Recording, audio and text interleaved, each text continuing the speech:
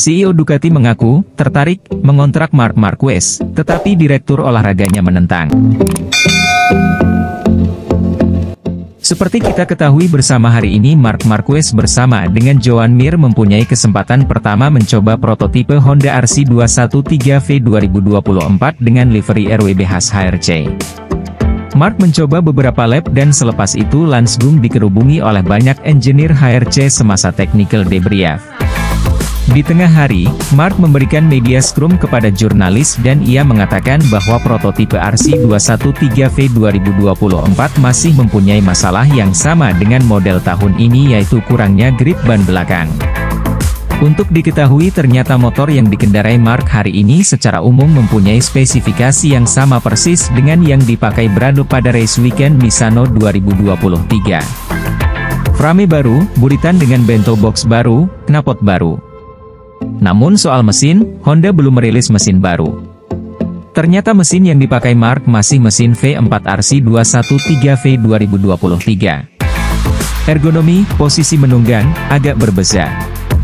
Awalnya agak aneh, tapi kemudian lap demi lap, seperti halnya motor baru, menjadi lebih natural. Tapi pada akhirnya, cara memandu, cara mencari waktu putaran, sangat mirip dengan yang sekarang. Tentu saja, Anda selalu mengharapkan lebih. Namun begitu saja kesan pertama dan ada banyak juru terbaru di box. Jadi sekarang dengan maklumat itu, mereka harus bekerja dan terus maju. Mereka perlu bekerja, namun kita masih jauh. Jika ini pada dasarnya, atau motornya, kami masih ketinggalan. Namun kami masih perlu bekerja dan mengubah banyak hal. Tidak ada banyak waktu untuk Valencia karena waktunya tinggal 2 bulan lagi, tetapi mari kita lihat apakah mereka boleh mengambil langkah.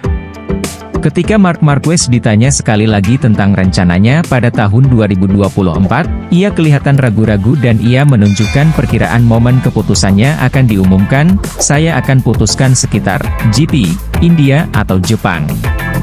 Saya tidak menginformasikan sebelumnya, karena mungkin kurang jelas. Terkadang Anda boleh berubah, bukan? Saya punya 2 rencana. Jadi sekarang saya harus memilih rencana, tetapi keputusan ada di sana. Jadi MotoGP Jepang atau India, kita akan tahu apakah tahun 2024 Marc Marquez masih akan berada di Repsol Honda atau di tim lain, Gresini Racing. Di sisi lain CEO Ducati mengaku tertarik mengontrak Marc Marquez, tetapi direktur olahraganya menentang. CEO Ducati, Claudio Domenicali telah mengakui ketertarikannya untuk membawa Marc Marquez ke tim mereka. Kisah menakjubkan menyelimuti MotoGP San Marino seputar masa depan Marquez. Dia sempat dikaitkan dengan Gresini Ducati pada 2024, tetapi isu tersebut mereda. Kisah tersebut mendapat kepercayaan dari Claudio Domenicali, CEO Ducati, yang tidak seperti direktur olahraga Paolo Ciabatti, dengan senang hati mengakui sepenuhnya keinginannya kepada Marquez di pabrikan Italia tersebut.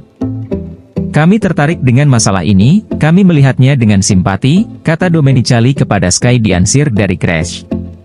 Fakta bahwa motor kami berkinerja sangat baik membangkitkan minat, ucap Domenicali.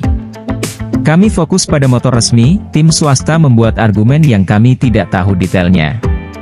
Ciabatti terus-menerus meremehkan kemungkinan kedatangan Marquez ke Ducati karena ia tidak cocok dengan filosofi mereka mengenai pembalap muda dan pendatang baru.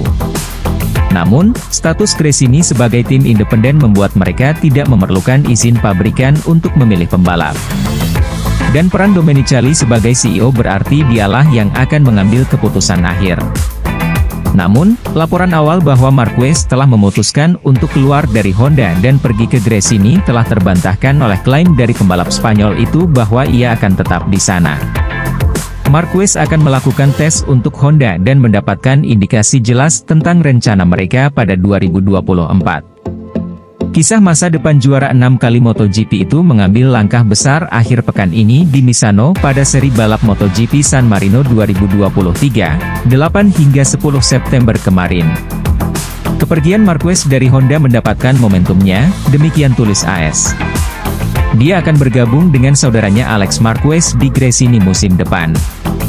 Ada kontak penting antara kedua pihak, tim dan pembalap di luar pabrikan, lapor AS yang dilansir dari Crash. Perjanjian tersebut hampir menjadi kenyataan karena tidak adanya rincian yang harus diselesaikan. Telah ada kontak dan tanda tangan terakhir akan menjadi manis. Berdasarkan laporan Speedweek, Marquez telah mengambil keputusan. Dia akan meninggalkan Repsol Honda setelah 11 tahun dan akan membentuk tim Gresini Ducati bersama saudaranya Alex pada 2024. Artinya, tes hari Senin dengan prototipe Honda RC213V 2024 tidak lagi penting karena Marquez sudah lama kehilangan harapan untuk masa-masa yang lebih baik di Honda.